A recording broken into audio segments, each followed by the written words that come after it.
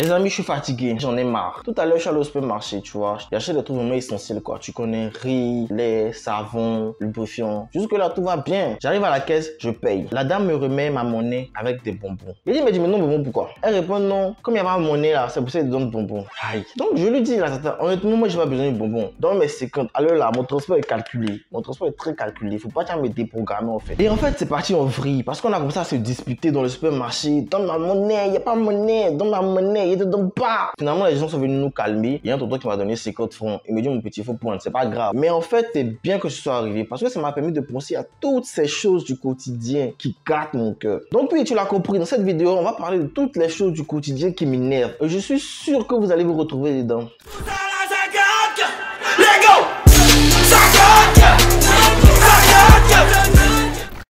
Les gens qui ne te saluent pas avant de te demander la monnaie dans le baka ou le taxi. Quand on était petits, nos mamans nous ont dit, quand tu arrives quelque part et que tu vois des personnes, avant de leur adresser la parole là, tu dis bonjour ou bien bonsoir. C'est un nom simple, ça s'appelle le respect. Mais tu as des individus là, eux je sais pas s'ils sont mal éduqués, waouh. Le gars monte dans le baka, il vient s'asseoir à côté de toi, il te voit bien, il te salue pas. Il y a feuille. Là, tu commences à encaisser son jeton. Tu remarques que le gars il commence à checker ta main. Il check ta main pour voir si tu as les jetons. Et c'est là qu'il te sort, mon frère, tu as la monnaie.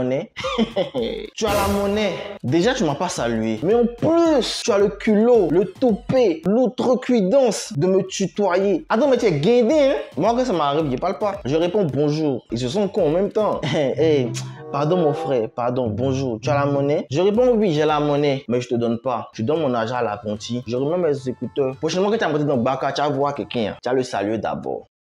Les gens qui regardent ton écran dans les transports, je suis sûr que tu as déjà vécu cette scène-là. Tu as là tranquille sur ton téléphone, tu causes ta go, et arrivé un moment, tu sens un regard sur toi. Tu lèves ta tête, tu croises le regard de ton voisin. Le gars est en train de regarder ta conversation en fait. Gêne-toi un peu. Je pense qu'il n'a pas honte quoi. Attends, tu veux pas que je donne mon téléphone en même temps? Tu veux regarder non? Tiens, il faut prendre à regarder. Tiens, c'est pas fini. Les chauffeurs de bus qui sont méchants. C'est-à-dire que souvent tu arrives à l'arrêt, tu es en retard. Tu vois le bus est prêt à décoller. Donc toi tu fais quoi? Tu te mets à courir vers le bus pour le rattraper. Le chauffeur il est là, il te voit bien, tu veux courir derrière le bus hein? Et puis il démarre. Il s'en va. Donc, vieux père, il a couru là, c'est cadeau quoi. C'est-à-dire que ceux-là, si on doit les noter sur l'échelle de la maudiatitude de 1 à 10 là, eux ils ont 25 sur 10. Les vendeurs de médicaments dans le bus. Déjà, tu as fait rang, tu es dans le bus, tu t'es levé le matin, tu es fatigué. Le gars monte dans le bus, d'abord, il crie. Donc, il crie déjà, il te dérange. Voilà des gens, moi, je ne leur fais pas confiance. Pourquoi je ne leur fais pas confiance? Normalement, quand tu vas à la pharmacie, tu dis au pharmacien, monsieur, j'ai mal au ventre. On te donne un médicament pour ton mal de ventre. C'est pour ton mal de ventre. Jusque-là, tu me suis, non? Mais ces gens qui vendent des médicaments dans le bus, là, le médicament qu'ils vendent, là, un seul médicament seulement, là, ça soigne 80 maladies. C'est-à-dire que le seul médicament, là, ça soigne anémie, insuffisance rénale, érection molle. Tiens les vieux pères. Dosez un peu. Et ce qui fait que je ne leur fais même pas confiance là. C'est la façon de parler. Parce que tu ne peux pas vendre un produit qui est censé être bon et puis tu survends la chose en fait. Normalement, quand tu as confiance en ton produit là, tu ne survends pas la chose en fait. Mais ceux-là, de toute façon, ils survendent un médicament là. Non. Bon, il y a des gens qui me disent que leurs médicaments sont bons. Il y a faux. En tout cas, moi, je n'ai jamais acheté ça.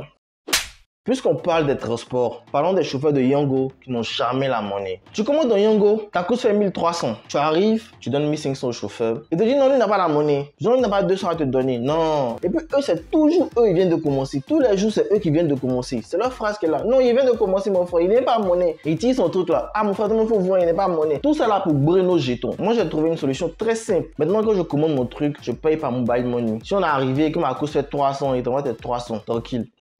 Les vendeuses d'Aloko Malo, elles, c'est les pires. Tous les jours, il n'y a pas banane. C'est temps de banane, il n'y a pas banane. C'est pas temps de banane, il n'y a pas banane. C'est leur argument qu'elle a là. Tout ça pour te centrer. Souvent, même tu payes Aloko 400, elle compte les tranches là, elle compte 20, elle te donne. Ah, ton Alice, toi aussi. Bon, s'il n'y a pas banane là, ce qu'il y a dans l'huile là, c'est aubergine, mais c'est oignon. Tu as respecté les gens?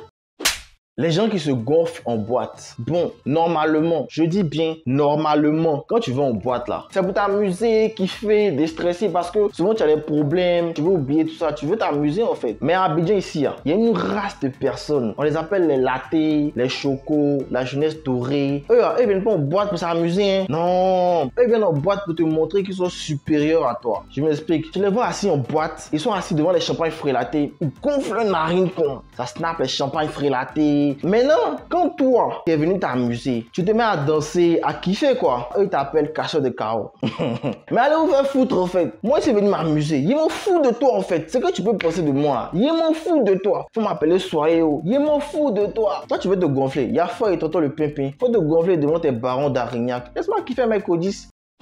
Les adultes qui pensent que, comme ils sont plus âgés là, ils ont toujours raison. Voilà des gens, eux là, faut jamais leur montrer qu'ils ont tort. Non. Pour eux là, être âgé, ça veut dire que tu as la science infuse. Tu connais tout. Dès que tu te mets à discuter avec eux, on te dit, ah non, c'est moi qui vais discuter quoi. Moi je parle, tu parles quoi. Mais tonton Norbert, c'est ça le principe d'une discussion. Tu parles, je parle, et puis on essaie de trouver un terrain d'entente. Mais non, eux là, faut jamais discuter eux. Mais on est en Afrique. En Afrique ici, quand ton aîné parle, tu te tais. Même si ton aîné n'a pas raison, tu te tais. Il y a fort, il Nadège. Il a compris. Les tontiers et les tontons aigris dans l'administration publique. Eux, on ne sait pas si on les a forcés à travailler. Tu étais là, tu chômais au quartier, Dieu a fait grâce, tu as eu concours de fonction publique. On ne peut plus respirer. Quand tu es jeune, tu viens faire tes trucs, ils sont aigris, ça leur fait mal. La dernière fois, je suis allé faire des papiers et la dame me dit, toi petit comme ça, tu vas acheter terrain. Tu as quel âge même? Mais là, on dit, mêle-toi de tes affaires. Pourquoi tu me poses des questions comme ça? C'est-à-dire que tous les jours, tu vas venir faire ton papier là. Et ils vont te demander quelque chose. Que, ah mon petit, tu vas m'oublier. Ah mon fils, on va oublier ta tontine. Idiot. En fait, c'est pas un service que tu me rends. Tu fais ton travail. Maintenant, pourquoi tu exiges que moi je te paye? Et souvent, quand tu refuses de payer là, les gars font espérer de retarder ton dossier. Ton dossier là, tu vas voir ça l'année prochaine. Alors qu'on peut traiter ça là maintenant. Hein. C'est pas logique en fait. Les gens qui demandent le prix sur les publications Facebook. Voilà une autre catégorie de personnes. C'est-à-dire que le vendeur, il va faire son post bien chic. Il met le prix dans la publication. Mais il y a des gens là, ils ne veulent même pas lire tout ça. Souvent, le vendeur fait exprès.